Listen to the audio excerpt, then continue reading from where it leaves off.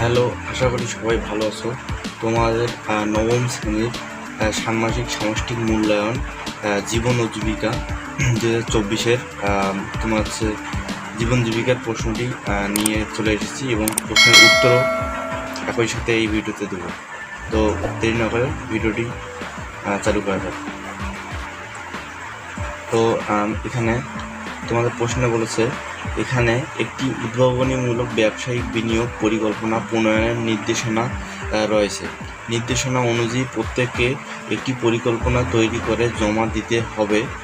বিনিয়োগ ক্ষেত্র নির্বাচন ও পরিকল্পনা তৈরির জন্য দলগতভাবে আলোচনা থাকবে এবং এরপর প্রত্যেককে নিজ নিজ খাতায় উদ্ভাবনী বিনিয়োগ পরিকল্পনা তৈরি করবে। তো কাজ উদ্ভাবনীমূলক ব্যবসায়িক বিনিয়োগ পরিকল্পনা প্রণয়ন। তো এখানে একটি প্যারা দিয়েছে, তো হচ্ছে এই অনুচ্ছেদটি পড়ে নিচে উত্তর দিতে হবে। তো চতুর্থ শিল্প বিপ্লব এই যুগে আমাদের জীবনযাত্রায় প্রতিদিন যুক্ত হচ্ছে নতুন নতুন প্রযুক্তি, যা দ্রুত বদলে দিচ্ছে আমাদের চাহিদার ধরন। ভবিষ্যতে সম্ভাব্য প্রযুক্তির ব্যাপক প্রভাব পড়তে শুরু করেছে সকল কর্মক্ষেত্র ও বাজারে। তো হচ্ছে এটি পড়ে নিও, তোমরা পড়ে নিও। তো আমরা নিচের প্রশ্নগুলো দেখতে পাই।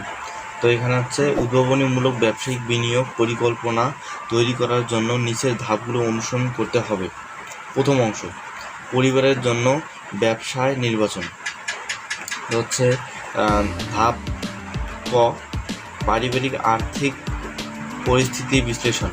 প্রথমে পারিবারিক আয়ের সর্বোত্তম ব্যবহার বিবেচনা করে একটি পারিবারিক বাজেট তৈরি করতে হবে।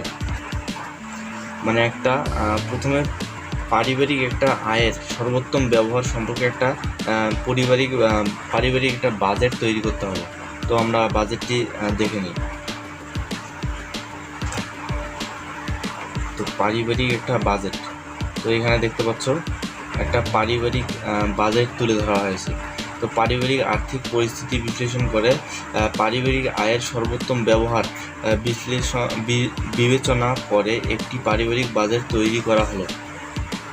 তো এখানে দেখতে পাচ্ছ যে খাদ্য, চাল, তেল, মাছ, মাংস এগুলো হচ্ছে 10,000, তোমার হচ্ছে ফলমূল 3,000, মিষ্টান্ন 1,000, বেকারি আইটেম 1,000, তারপর হচ্ছে বস্ত্র, নতুন কাপড় 1,000, সেলাই কাপড় 500, লন্ড্রি কাপড় বা ধোয়া কাপড় 250, তারপর হচ্ছে বাসস্থান 12,000, বাসা ভাড়া এখানে হচ্ছে ধরা হয়েছে।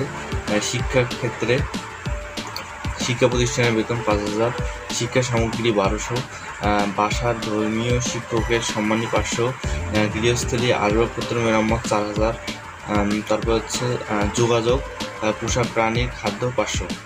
তো এটা হচ্ছে পারিবারিক একটা বাজেট দেওয়া হয়েছে। তো আমরা পরের প্রশ্নটি দেখি। তো পরের কথাটি হচ্ছে এখানে তুলে ধরা হয়েছে, এরপর পরিবারের আর্থিক অপচয় রোধে কী কী পদক্ষেপ গ্রহণ করা যেতে পারে তা উল্লেখ করতে হবে।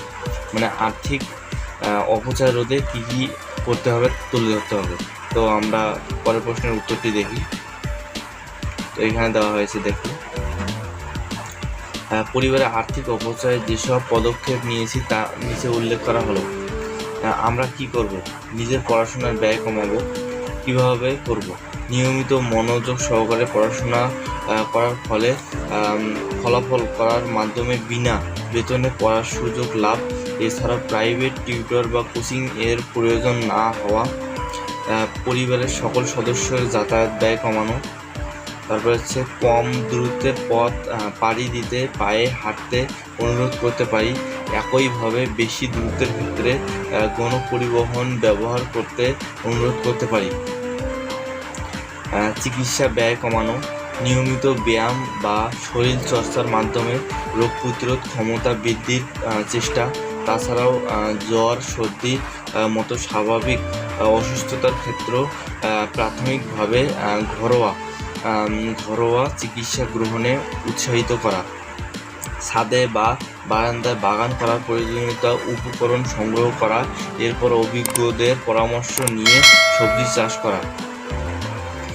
ছাদ বাগান বা বারান্দায় সবজি চাষ, ছোটোখাটো ইলেকট্রিক এবং স্যানিটারি কাজ, ব্যয় এবং প্রশিক্ষণ গ্রহণ বা দক্ষ মিস্ত্রির পরামর্শ নিয়ে বাসায় ছোটোখাটো ইলেকট্রিক পণ্যের মেরামত করা।